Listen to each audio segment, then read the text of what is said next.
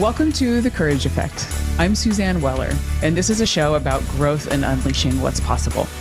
You will hear inspiring stories about what courage looks like, how we navigate what's getting in our way, and the opportunities that surface when we choose courage over comfort. Let's get started. Hi, everybody. This is Suzanne. Thank you so much for joining us, for listening live or streaming.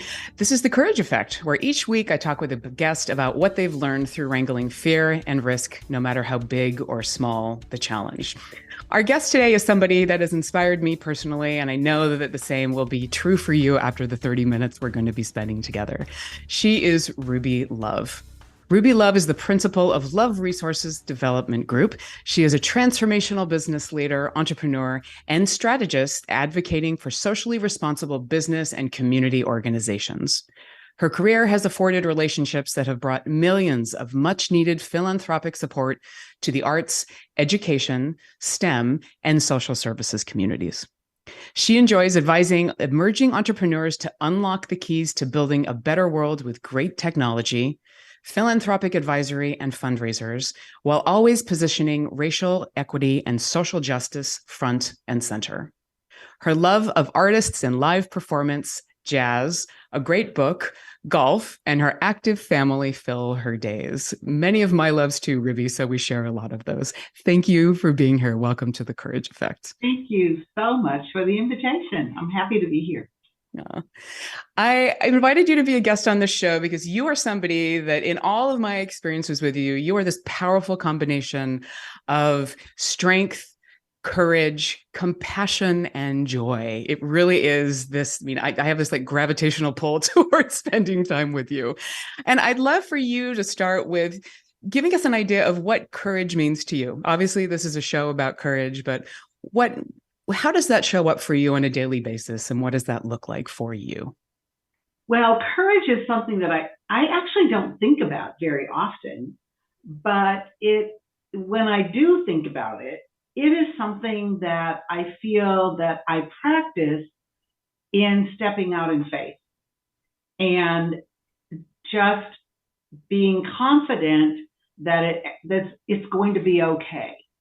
And, sometimes that can put you in precarious situations, but we all have brains, and I practice using my brain, getting out of precarious situations, and sometimes saying yes to situations that are questionable. And so, that's when one is in fact practicing their faith and practicing their courage together. Yeah. Well, I love that you're talking about this combination of the faith, like sort of the gut and really that instinct, but also the emotions and the brain, because that's obviously, that's a really powerful combo. So, and as somebody who you've obviously made quite a number of bold moves in your life, I'd love to hear a little bit of background about you and, where might this courage have stemmed from? Well, I think, my courage stemmed from my upbringing. From my parents. They were both people who, because we are, I'm Black, I'm African American, coming from a Black family. I was raised in a state, Iowa, that has a limited number of Black people. And so we lived a life of essentially taking risks and expressing our courage, and that was something that, was a big part of my family and how we were raised. My parents and their parents started small businesses in order to, provide for family. And, that means that you're relying on the outside world, you're relying on the public to purchase whatever your service or your product is. And so that was, I think that has a big part of it. And the other piece of it is, I was raised during the civil rights movement and then went to college during the Black Power movement. And so those things were huge in shaping my life, shaping my values, and making me into a person that really stepped out on faith and on courage and was willing to take risks. And so that's really where it comes from. And even today, far beyond those years, I think that in my business practice, I also use those very same values and tenets to guide how I run my business and how I work with the colleagues that are a part of my company. Yeah, that's beautiful. Mm-hmm. So I'd love to hear a little bit about what those tenets are. Can you share those with us? Well, sure. So I think the first one I always say is learning to take risks and learning to say yes. So now a lot of people have to practice saying no, but I really think that the greater risk is the risk of saying yes. And so that's probably my foremost tenet. Um, and because when you take a risk, there's also the chance that you're going to fail. And so within that, in terms of failure, you have the opportunity for learning, to do different, to do better, or to choose a different option, which also, by the way, choosing a different option is saying yes. So I think that's probably my first value or tenet is say yes. And I think also the other one is that people want to do good and people want to be good. And where am I in that, in my life and in my work practice? And so that's, recognizing that as a personal value. And then I think also just understanding that it can be debilitating always knowing what lies ahead. Now, that's not necessarily a tenet or a value, but it's just a mindset that I have is you are not always going to know what lies ahead. In fact, very seldom do we know what lies ahead. And so if you don't practice that saying yes, if you don't practice being courageous, stepping out on faith, it can be debilitating to what your future can possibly be and the successes and the opportunities that will come to you. Yeah. What you said about people wanting to do good, that sounds like a very core belief for you. And I would imagine too, because of the risk that you're talking about, the acceptable risk, there is that sort of unconditional positive regard for other people, or there's that positive intent. I'd love to hear a little bit more about that from you. Yeah, I guess so a lot of people talk about the golden rule. I don't do the golden rule. I do the platinum rule. Talk about that. So I want to treat people the way I want to be treated. And I want to, and how they want to be treated. So there's how, the golden rule is to do unto others as you would have them do unto you. But the platinum rule is treat people the way they want to be treated. And so the goodness comes out of people when you do that. That is, and that's something that a lot of people don't get. And in particular, I think in this day and age where we have the opportunities for exploration are so immense, so much more than they were when I was young and those that came, my ancestors, those that came before me. And I think it's because technology has opened up the world, travel has opened up the world.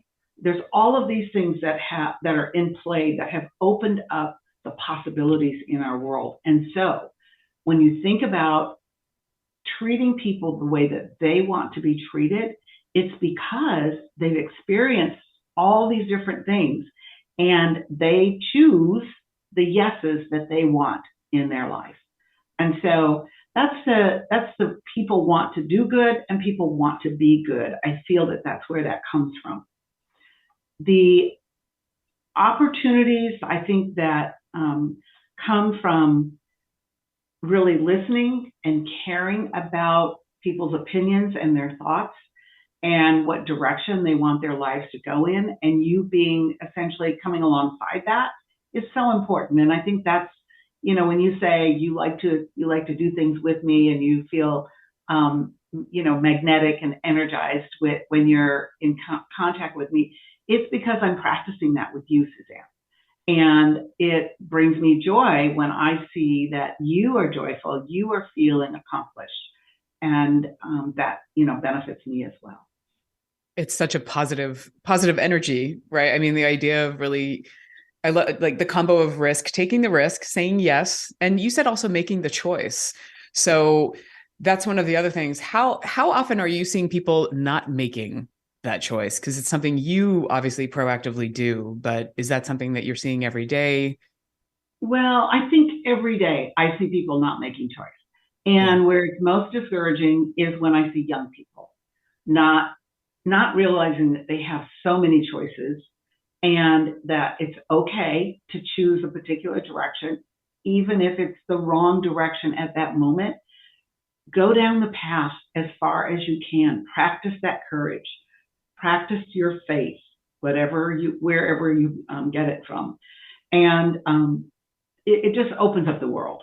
It opens up your opportunity to be exposed to amazing people and to amazing, I think, situations.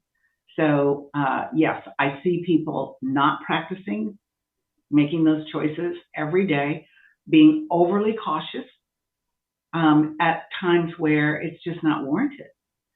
There are times that we have to be exceedingly careful, but the majority of the time, I think in our lives, in order for us to take advantage of the things that are before us, the opportunity is there. Take the choice, make the choice, and then take the choice. Yeah. Mm-hmm. Well, and I also hear you talking about it being a practice. I mean, like encouraging. I know Brene Brown really has turned it into a verb, but the idea of starting to do it and building the muscle of courage.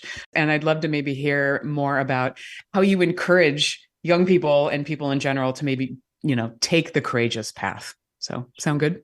Sounds great. Thank you. Great. All right. This is The Courage Effect. This is Suzanne. We'll be back after a quick break.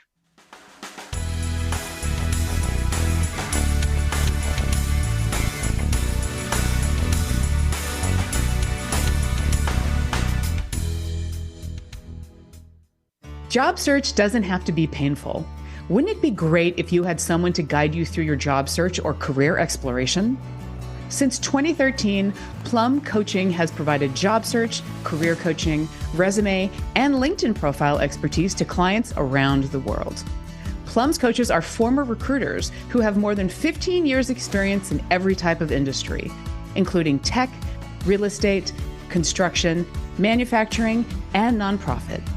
Their coaches take what they know about hiring and put it in service to their clients. If job search is a challenge, or if you're exploring a new career direction, Plum is here to help.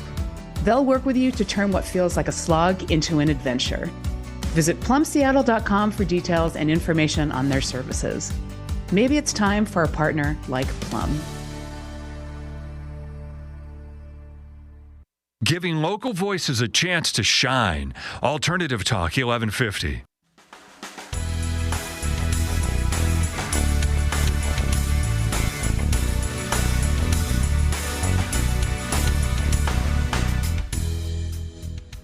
Welcome back to The Courage Effect. This is Suzanne Weller, and with me today is Ruby Love. Ruby, I know we're having this conversation about the, saying yes, the choice of saying yes and taking that more courageous path. And being challenged to do that sometimes, not just for ourselves, but encouraging others to do it as well. I'd love to hear from you. How do you encourage other people to maybe go down that more risky and courageous path? Mm-hmm. Well, I'm sure there's some particular paths that I explain to people in terms of doing that. But just to go back, where that came from in me was that my parents were activists. And so they were going against the grain. They were going against the societal norms of that time that were very much racist and white supremacist against our family, against the people that we know. And so I was, in marches and in meetings and things as a child with my parents. And so I learned that courage and that, no, we're going to push through. We're going to say yes. We're going to go against the grain. We're going to go down the less the less traveled path. I learned that as a really young child. And so I continue that in my life. And I think that what I try to do is I try to share examples and stories with people about what it feels like to be in that space. And actually, it feels very good. It feels good to know that you are taking a chance, practicing your beliefs, discovering what is possible for you and whatever the situation that you're in. So those are the kinds of things that I think I try to bring up, and in particular with young people, because that's where, unfortunately, as adults, we ingrain fear in young people. And the opposite, obviously, of courage is fear.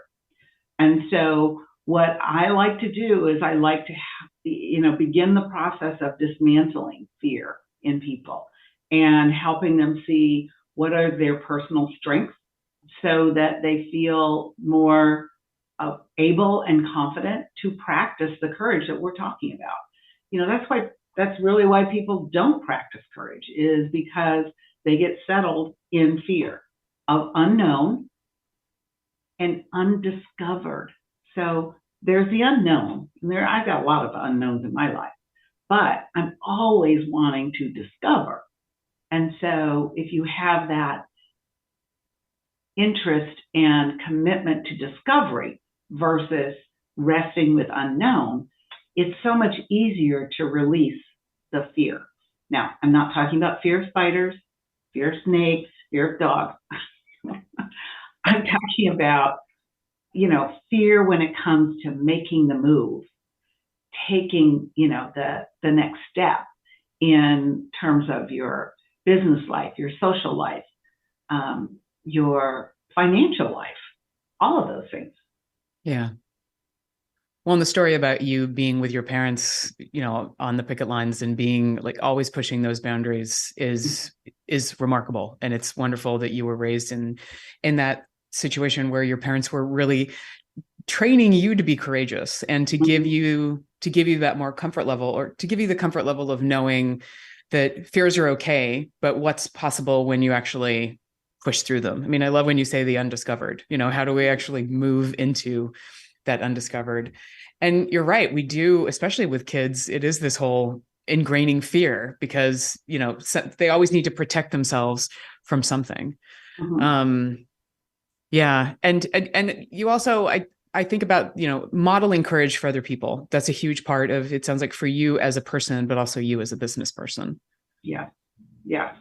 And, our work is in consulting. And so often the reason that we're called in is because the organization, the company, has actually gotten stuck in a place of fear of the unknown.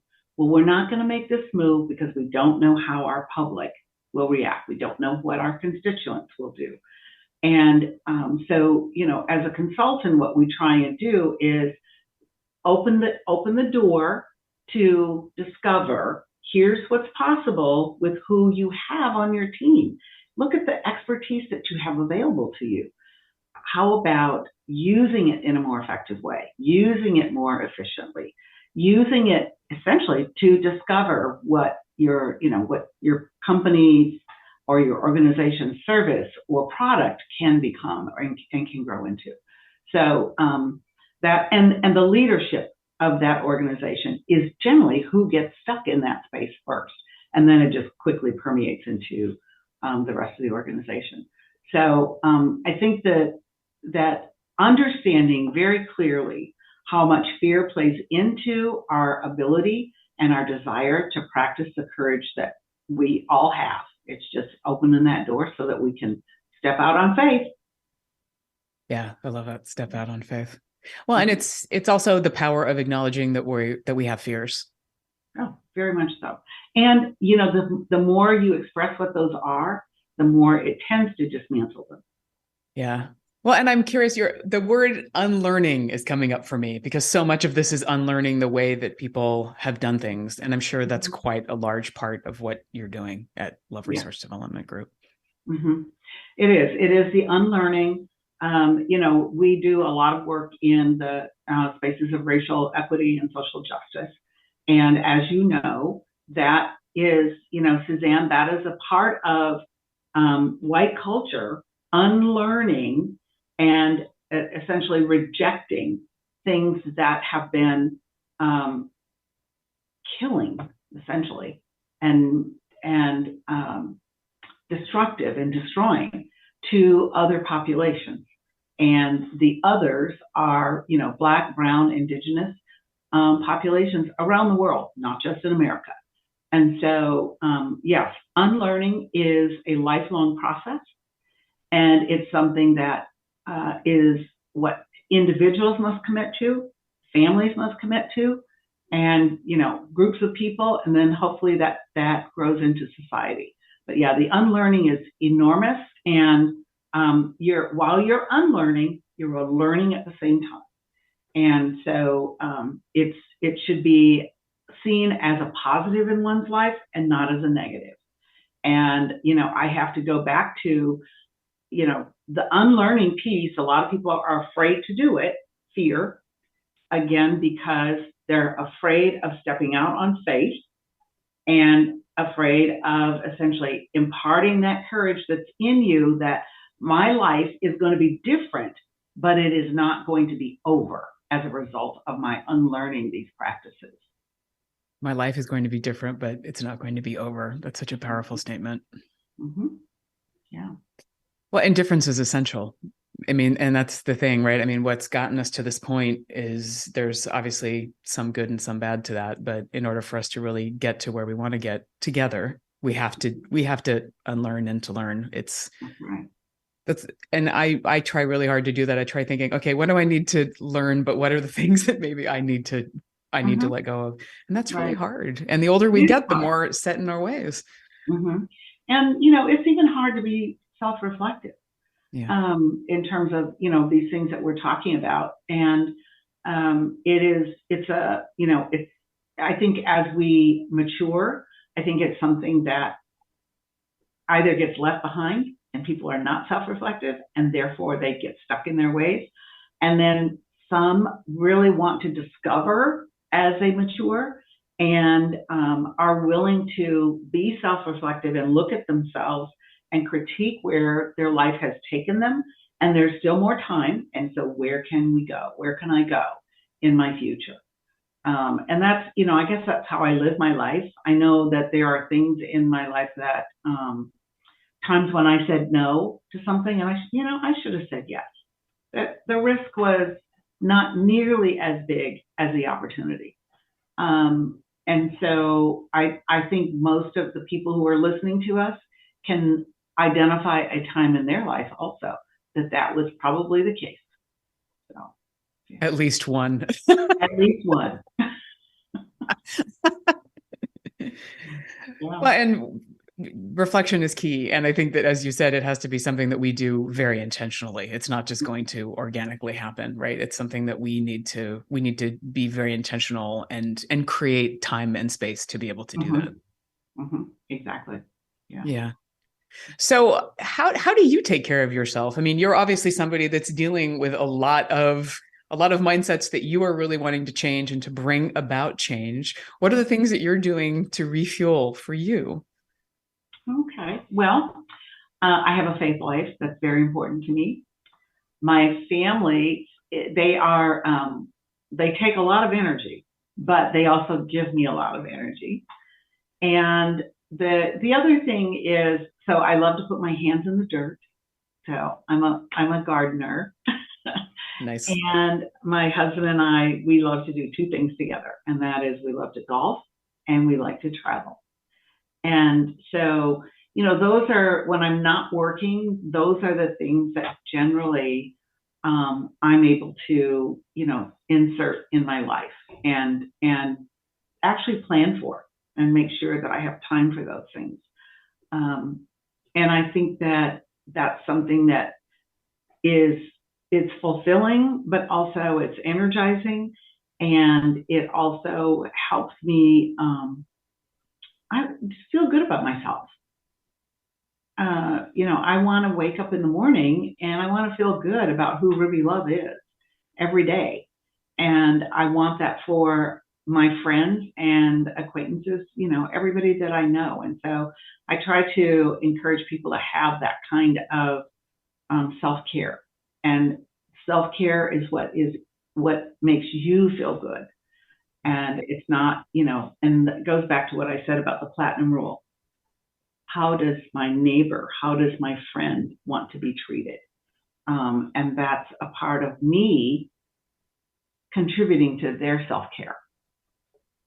So that's how I take care of myself. And having relationships with people like you, Suzanne. I mean, I'll just be candid. I really enjoy, working with you. I enjoy socializing with you. And so, being able to express that. Don't be afraid to express what makes you joyful and what is, in fact, self-care and rewarding for you personally.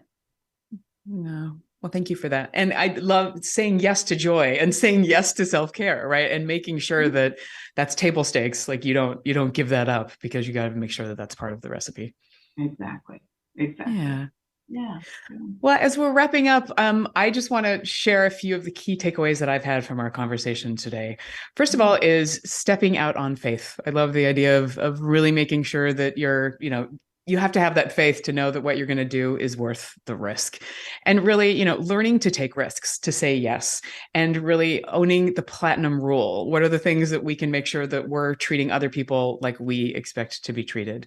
And the choice of the decisions that we're making every day. We are the ones that have significant impact. So thank you for a great conversation, Ruby. And I don't know if you want to share quickly how it's best for people to reach out to you if they would like to get in touch. I would love to. Thanks for a great conversation, great questions. It was good. If anybody would like to reach out to me, my email is ruby@loveresourcedevelopment.com. And you can also find me on LinkedIn as Ruby Love. And I am one that does connect with people on LinkedIn. I do like for you to tell me how you came to know me. That's very helpful because very often I do receive calls from colleagues who want to meet you, and I don't introduce people to others that I don't feel like I have a connection or relationship with. Yeah, love that. Thank you.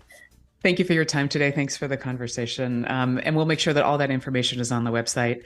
Thank you, everybody, for joining us today. This is The Courage Effect. We will see you soon. Stay courageous.